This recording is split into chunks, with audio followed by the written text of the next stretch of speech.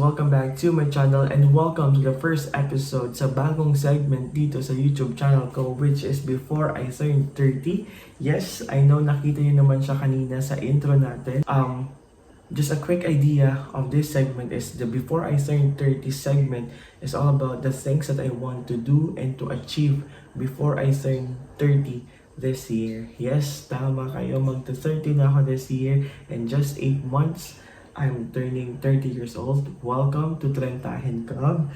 So, yan lang yung pinaka-concept and idea ng Before I Turn 30. So, I want to achieve those things that I've been dreaming of since last year or maybe past years ago. Yung mga bagay na gusto kong gawin, yung mga bagay na gusto kong ma-accomplish. I'll try to document and share it with you. And yung pinaka-una na dito is ito. Nag-film na tayo. I've been dreaming to be a content creator since 2017, but things happens. Ikakwento ko yun sa inyo sa mga darating na araw. But the second on the list is, as you can see, maraming documents dito sa table na to because I'm preparing my documents for an application sa public school. Yes, you've heard it right. Mag-a-apply na tayo sa public school. I know some of you is aware that I am a private school teacher for almost 9 years. Since I finished my studies 2017, dire-diretso na siya up until now.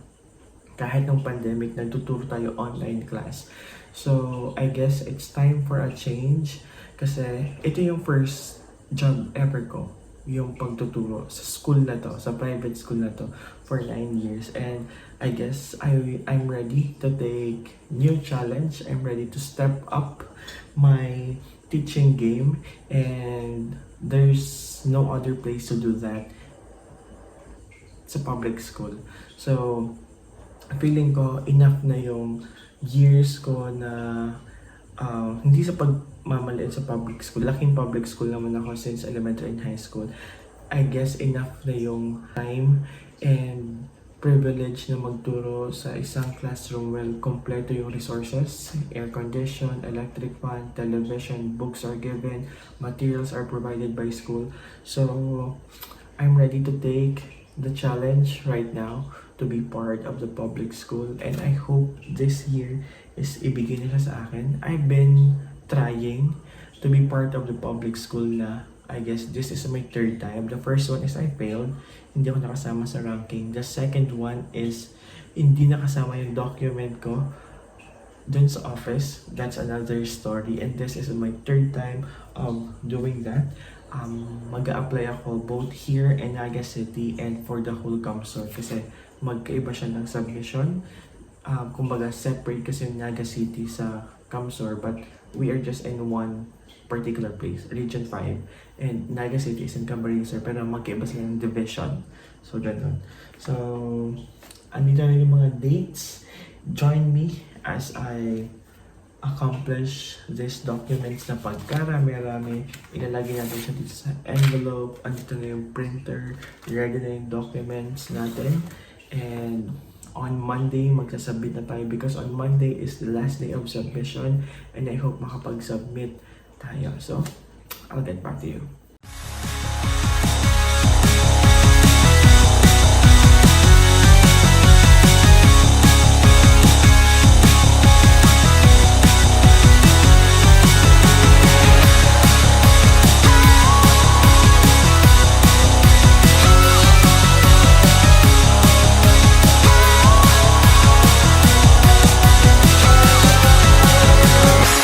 Hi guys, welcome back to the channel. So today is March 2 and it's around 7 in the morning. So I only have 23 minutes left before, 23 ba? Basta, malilate naman tayo for sure but it's okay. Ang pasok ko is at 8:45 pa naman to meet my first class. So okay lang malate sa office pero sa estudyante it's a no for me.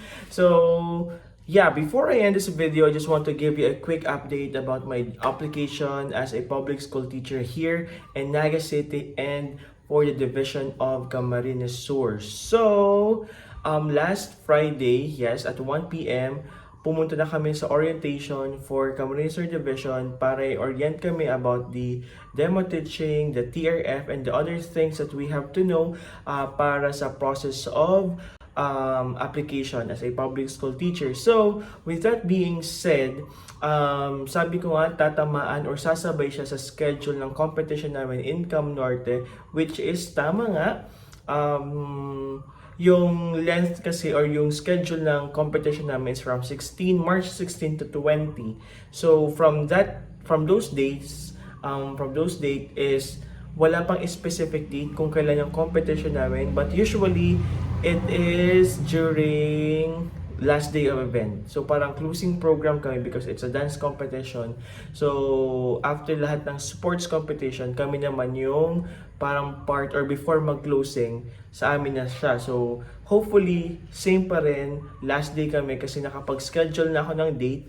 Pero yung date na pili ko is perfect naman siya kasi yung pinaka-crucial day for that particular event is yung coaches meeting where mag-uusap-usap lahat ng coaches kung kailan and ano ang dapat gawin during competition. So dapat maka-attend ako doon para at least I get to know kung ilan ang kalaban namin and at the same time kung kailan yung competition. Okay?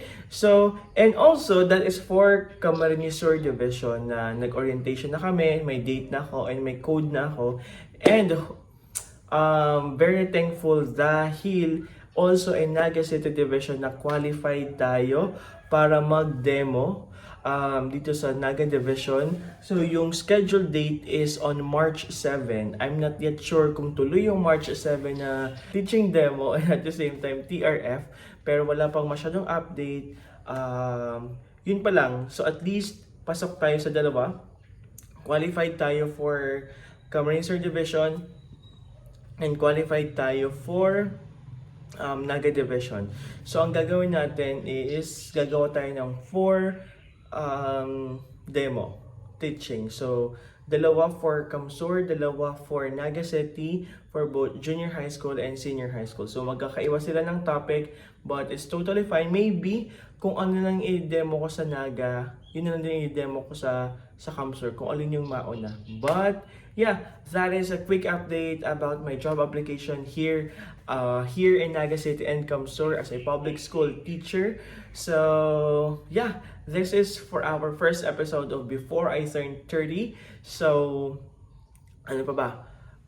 There will be a lot of videos, especially we went out yesterday. Maybe I'm going to insert that.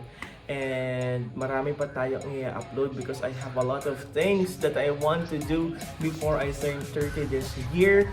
I only have February, March, April, May, June, July, August, September, October. I only have 8 months before I turn 30 and I hope kahit hindi ko maubos yung 30 things na gusto kong gawin, at least makalahati or at least meron akong magawa sa kanila.